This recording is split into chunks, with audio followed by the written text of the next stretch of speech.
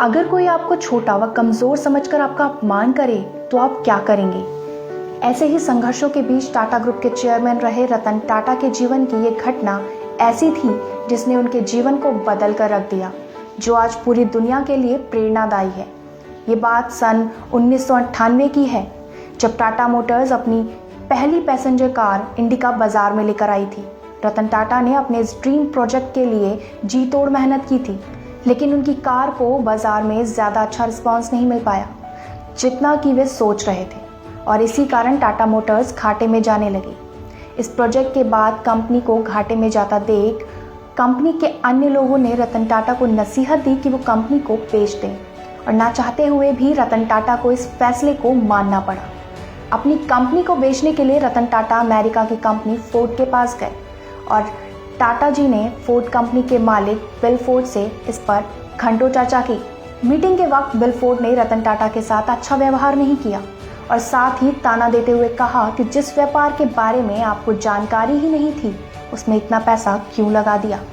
ये कंपनी खरीद कर हम आप पे एहसान कर रहे हैं। ये शब्द बिल फोर्ड के थे, लेकिन कभी ना साफ होने वाली स्याही से जैसे रतन टाटा जी के दिल और दिमाग दोनों पर हमेशा के लिए छप गए।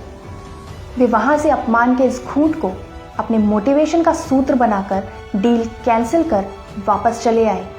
बिल फोर्ड के वो अपमानित शब्द रतन टाटा को जैसे दिन रात बेचैन करते रहते थे और उनकी रातों की नींद उड़ गई थी।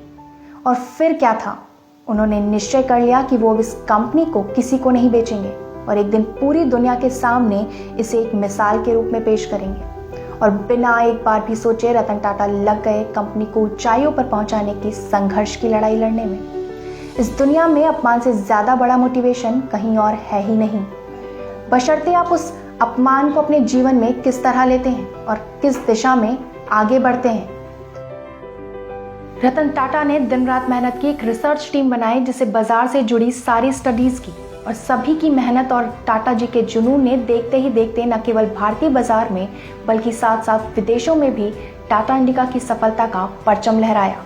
इसके साथ ही फोर्ड कंपनी के बुरे दिनों का दौर शुरू हो गया।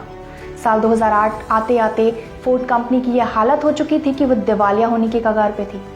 मौके की नज़ाकत को समझते हुए रतन टाटा ने बिल फोर्ड के आगे उनकी कंपनी की लग्जरी कार लैंड रोवर और जैगुआर को बनाने वाली कंपनी JLR को खरीदने का प्रस्ताव रखा, जिसको फोर्ड ने स्वीकार भी कर लिया। उनका यह सौदा लगभग 2.3 अरब डॉलर में हुआ। तब बिल फोर्ड ने रतन टाटा से वही बात दोहराई जो उन्होंने टाटा से पहले कही थी, लेकिन इस बार उनके स्वभाव में नरमी और शब्दों में थोड़ा बदलाव था। बिल फोर्ड के शब्द थे, आप हमारी कंपनी खरीद कर हम पर बहुत बड़ा एहसान कर रहे हैं। आज JLR टाटा ग्रुप का हिस्सा है और बाजार में बेहतर मुनाफे के साथ आगे बढ़ रहा है। आम लोगों की तरह जैसा कि हम सभी करते हैं, वैसे ही रतन टाटा भी चाहते तो उसी समय बिल फोर्ड के साथ हुई मीटिंग में उनकी बात का जवाब देते। लेकिन कहते हैं ना, जो आक्रोश में रहता है उसे होश बहुत देर में आता है, और जो सदैव होश में रहकर सकारात्मक रूप में काम करते हैं वही अपने जीवन में इतिहास रचते हैं। बात साफ है, महान लोग अपनी सफलता की आवाज़ से लोगों को जवाब दिया करते हैं। दोस्तों, आज टाटा सन्स में 100 से ज़्यादा कंपनियां आती हैं। इन कंपनियों में सुई से लेकर स्टील, चाय से लेकर 5 स्टार होटल और नैनो से लेकर हवाई जहाज़ तक सब कुछ बनता है और बिकता है। रतन टाटा ने IBM की नौकरी ठुकराकर टाटा ग्रुप के साथ अपने करियर की शुरुआत साल 1961 में कर्मचारी के तौर पे की थी, लेकिन साल 1991 आते आते वे टाटा ग्रुप के अध्यक्ष बन गए थे। 2012 में वे रिटायर हो गए। रतन टाटा ने अपने 21 साल के राज में कंपनी को सफलता के शिखर पर पहुंचा दिया। कंपनी की वैल्यू 50 गुना बढ़ा दी। रतन टाटा ने हमेशा जीवन में आगे बढ़ना ही सीखा। कभी वे अपनी परिस्थितियों से नहीं घबराए। वो फैसले लेते गए और उन्हें सही साबित करते गए।